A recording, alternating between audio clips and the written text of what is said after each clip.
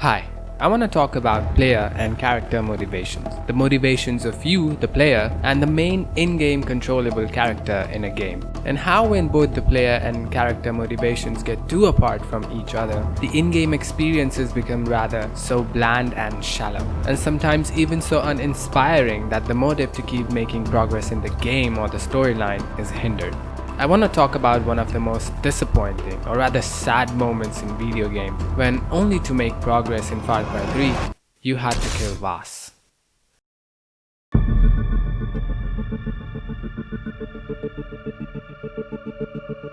Let's cut to the chase. The biggest, if not the only reason why most of us didn't want to kill Vaas was because Vaas is the GOAT. The very first few minutes of our first interaction with Vaas were just so enough to fall for the character. I like this phone. This is a nice fucking phone.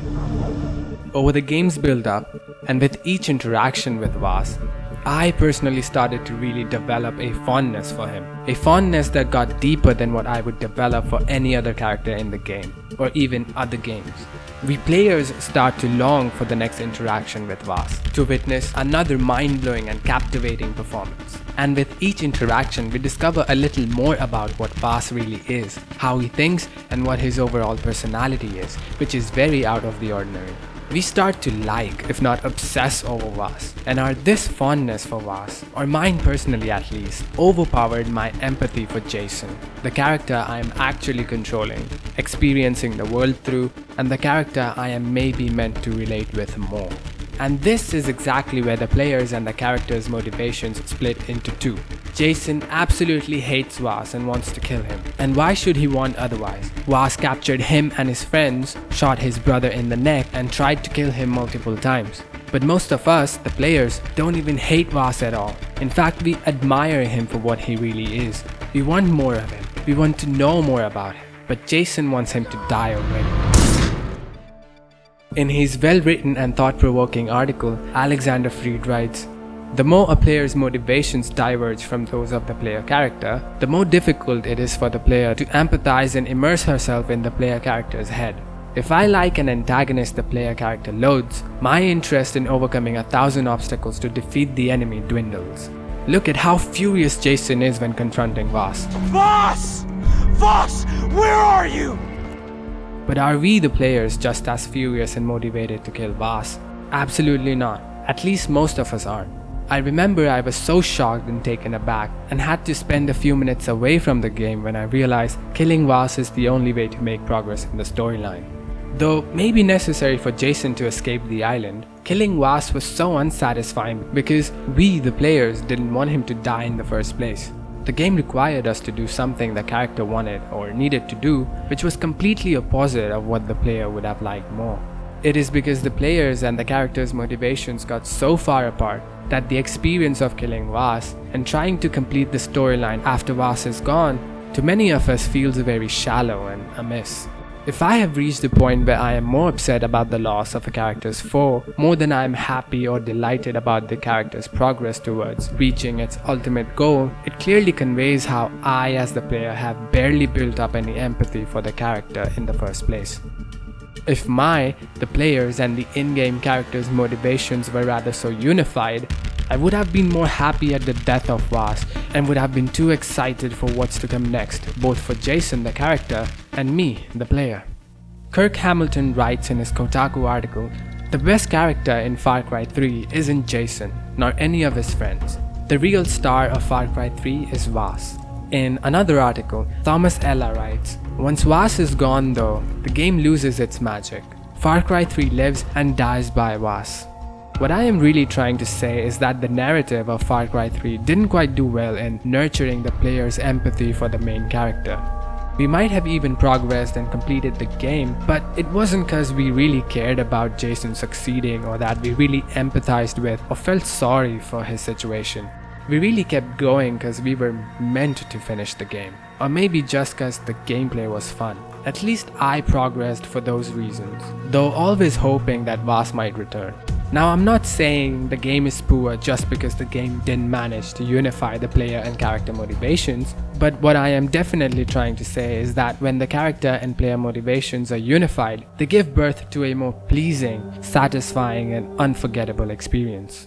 I remember strangely on my second playthrough of Mafia II, I developed quite a fondness for Henry Tomasino, an NPC in the game who becomes quite a good friend of Vito, the main controllable protagonist, and their mutual friend Joe. The man always dressed sharp, and something in him was very likable.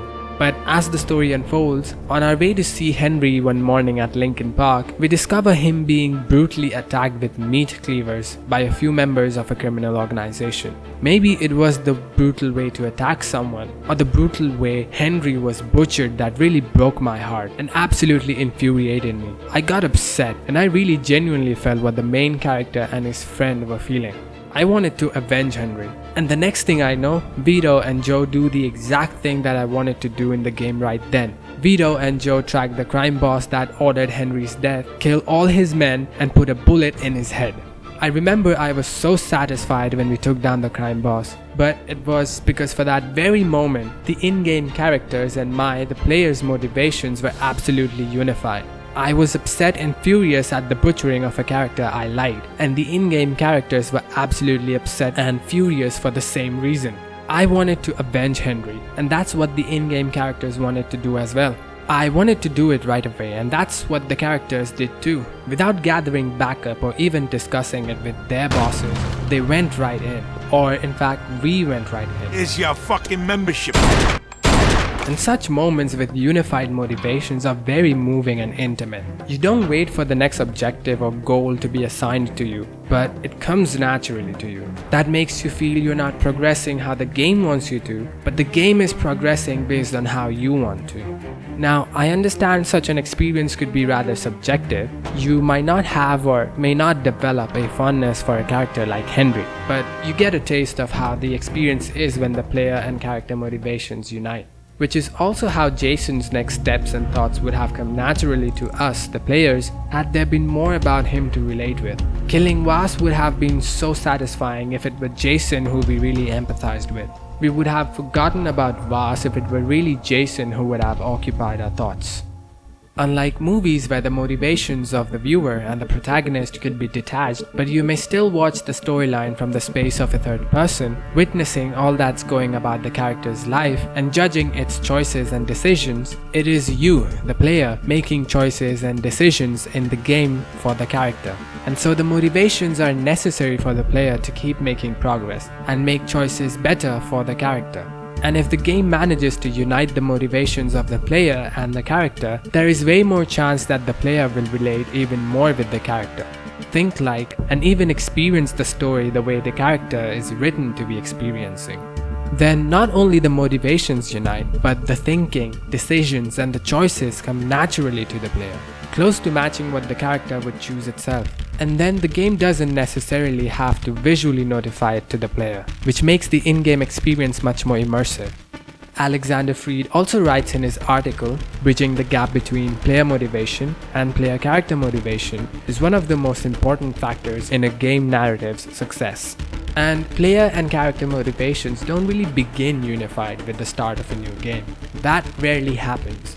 It is something that the game has to rather bring to life through gameplay and experiences for the player. And that won't happen in an instant, or just by simply telling the player to empathize. It takes time, and it takes mindfully curated experiences that the player goes through that slowly nurtures the growth of empathy in the player. But also, to be honest, the unified motivations are really not something absolutely necessary or heavily desired. And a detached player and character motivation also doesn't directly mean a poor game or experience.